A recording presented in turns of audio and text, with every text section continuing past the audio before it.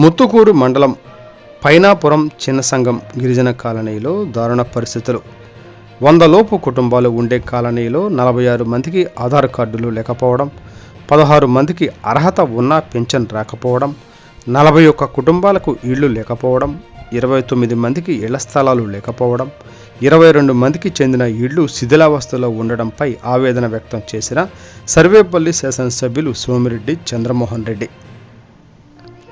ఎన్నికల సమయంలో ఇచ్చిన హామీ మేరకు చిన్నసంగం గిరిజన కాలనీని దత్తత తీసుకోవడంతో పాటు అక్కడి సమస్యల పరిష్కారంపై ప్రత్యేక దృష్టి పెట్టిన సోమిరెడ్డి అన్ని శాఖల అధికారులతో కలిసి కాలనీని సందర్శించడంతో పాటు స్థానికుల సమస్యలపై ఆరా, చిన్నారులతో ముచ్చట్లు, అమాయకులైన గిరిజనులకు కనీస అవసరమైన ఆధార్ కార్డు కూడా ఇప్పించకపోవడంపై సచివాలయ సిబ్బందిపై అసహనం.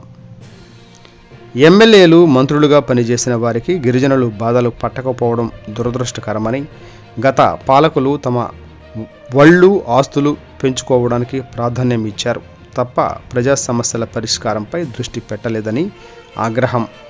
సమాజంలో అత్యంత అమాయకులైన గిరిజనుల్లోనే పేదరికం ఎక్కువగా ఉన్నదని, నిరక్షరాస్యులు కూడా గిరిజనుల్లోనే ఉన్నారని, మోసపడుతున్నది కూడా వారేనని, గిరిజనుల్లో మార్పు కోసం అందరూ సహకరించాలని పిలుపు.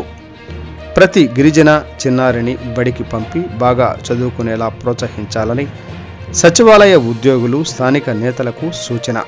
త్వరలోనే సర్వేపల్లి నియోజకవర్గంలో గిరిజనుల సమస్యల పరిష్కారం కోసం ఐటీడీఏ ఆధ్వర్యంలో ప్రత్యేక సమావేశం నిర్వహించబోతున్నట్లు ప్రకటన.